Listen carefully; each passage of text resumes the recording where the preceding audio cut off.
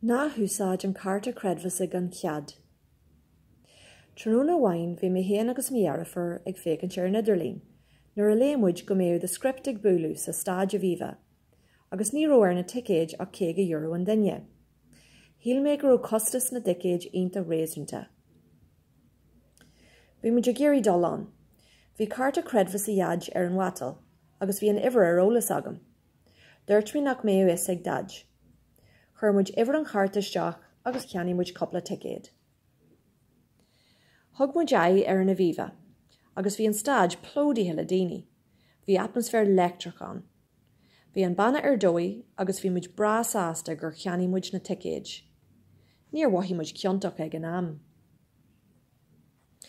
Ach ar an drochar fur dad amach, mar a dearan seanachal, fillan an fallar an vallara. Ar nói bhí mi iad ar buile gur ó €100 sa bhreis ar a bhile. Ní raibh sé abalta é a creidmhil go ndearna muid rud cóhamadeach. Cheistí dad muid go géir faoin tim mhór airgid ar an bhile. Bhí díama an dóin ar bham agus ar iad. Ní raibh leiscéal ar bíagin, agus bhí naigh an dóin orm faoi gach rud. Róm muid ar leiscéal ach ní raibh neart air.